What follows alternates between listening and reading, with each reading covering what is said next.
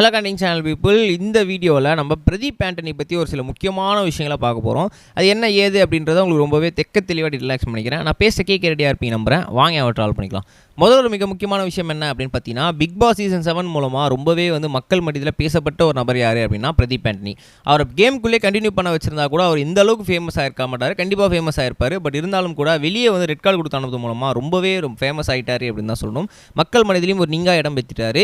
ரீசெண்டாக அவருக்கு ஒரு பர்த்டே இருந்துச்சு. அந்த பர்த்டேலையுமே என்ன சொல்லியிருந்தாங்க அப்படின்னு பார்த்தீங்கன்னா, இந்த மாதிரி அவர் ஒரு போஸ்ட் போட்டிருந்தாரு. அதில் நான் கிட்டத்தட்ட 37 வயசாகிடுச்சு எனக்கு. நான் ரொம்பவே என்னப்பா இது என்ன தான் பண்ண போகிறோம் வாழ்க்கையில் அப்படின்னு நினச்சிட்டு நான் திரும்பி பார்க்கும்போது என்ன நடந்துச்சு அப்படின்னு பார்த்தீங்கன்னா, காசை தவிர நான் எல்லாத்தையுமே சம்பாரிச்சிட்டு இருக்கேன். மக்களின் புகழ், அன்பு எல்லாத்தையுமே சம்பாரிச்சிட்டேன். பட் காசை மட்டும் சம்பாதிக்கல. பட் ஆனால் இவ்வளோ நாளாக காசு சம்பாதிக்கலாம் கூட எனக்கு சோறு போட்டு எனக்கு கூட சப்போர்ட்டாக இருந்துக்கிட்டேன் என்னோட மக்கள், அது மட்டும் இல்லாமல் என்னோட ஃப்ரெண்ட்ஸ் அண்ட் ஃபேமிலி எல்லாருக்குமே ரொம்பவே நன்றி அப்படின்ற மாதிரி பிரதீப் ஆண்டனி இது பண்ணியிருந்தார். இனிமேல் நான் கொஞ்சம் உருப்படியாக உண்மையான வழியில், நேர்மையான வழியில் பணம் சம்பாதிக்க முயற்சி பண்ணுறேன் அப்படின்ற மாதிரியும் நம்ம பிரதீப் ஆண்டனி போட்டிருந்தாரு. அதுக்கப்புறம் எல்லாருமே என்ன சொல்லியிருந்தாங்க அப்படின்னு பார்த்தீங்கன்னா, நீங்கள் பிக் பாஸ் விட்டு போட்டிங்க ஓகே, ஆனாலுமே எதுவுமே பண்ண மாட்டீங்களே, பிக் பாஸ் அதுக்கப்புறம் நீங்கள் எதுவுமே பண்ணல, நீங்கள் விஜய் டிவிலேயே நான் எதுவுமே பண்ண மாட்டீங்க, எதாவது ஷோஸ் பண்ணலாம்ல, எல்லா ஷோஸ் ஏதாவது வரலாம்ல, பிபி கொண்டாட்டம்லையாவது நீங்கள் வருவீங்கன்னு பார்த்தா பிபி கொண்டாட்டமே நீங்கள் வரவே இல்லை, என்னதான் பண்ண போகிறீங்க அப்படின்னு சொல்லி ஃபேன்ஸ் எல்லாருமே பண்ணியிருந்தாங்க. விஜய் டிவி உங்களை அணுகவே இல்லையா, எதுவுமே பண்ணலையா அப்படின்னு சொல்லும்போது பிரதீப் ஆண்டனி அது எல்லாருக்குமே பதில் அளிக்கிற மாதிரி என்ன சொல்லியிருந்தாரு அப்படின்னு பார்த்தீங்கன்னா, ஒரு பொக்கேவை போட்டிருந்தாரு.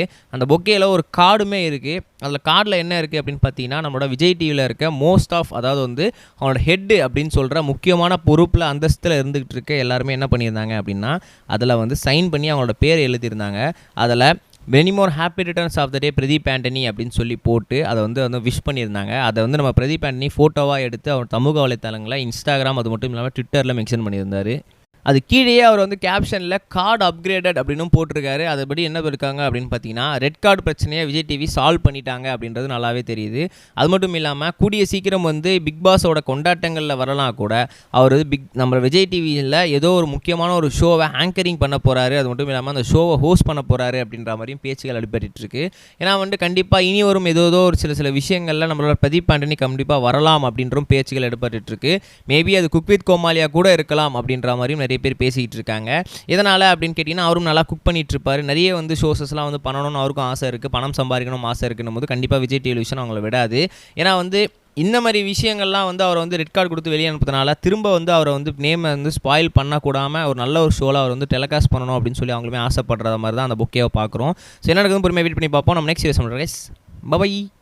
இது வரைக்கும் கனெக்டிங் டிவிக்கு சப்ஸ்கிரைப் பண்ணனா மறக்காமல் சப்ஸ்கிரைப் பண்ணிக்கங்க. உடனடி அப்டேட்ஸ் பெறுவதற்கு நோட்டிஃபிகேஷன் பெல்லையும் கிளிக் பண்ணிக்கங்க.